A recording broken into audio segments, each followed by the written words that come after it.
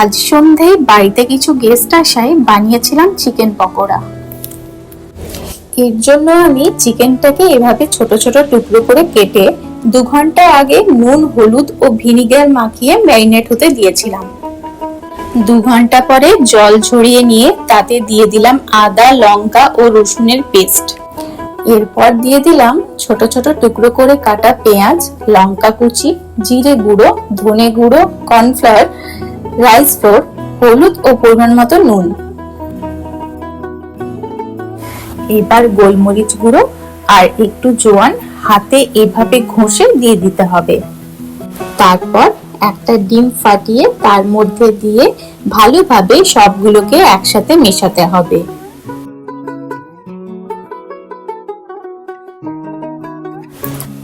এবার কড়াইয়ে সাদা তেল দিয়ে তেল গরম হয়ে এলে এভাবে পকোড়া শেপে একটু একটু করে দিয়ে হাই ফ্লেমে বেশ ভালো করে লালচে হওয়া পর্যন্ত এপিট ওপিট করে ভাজতে হবে।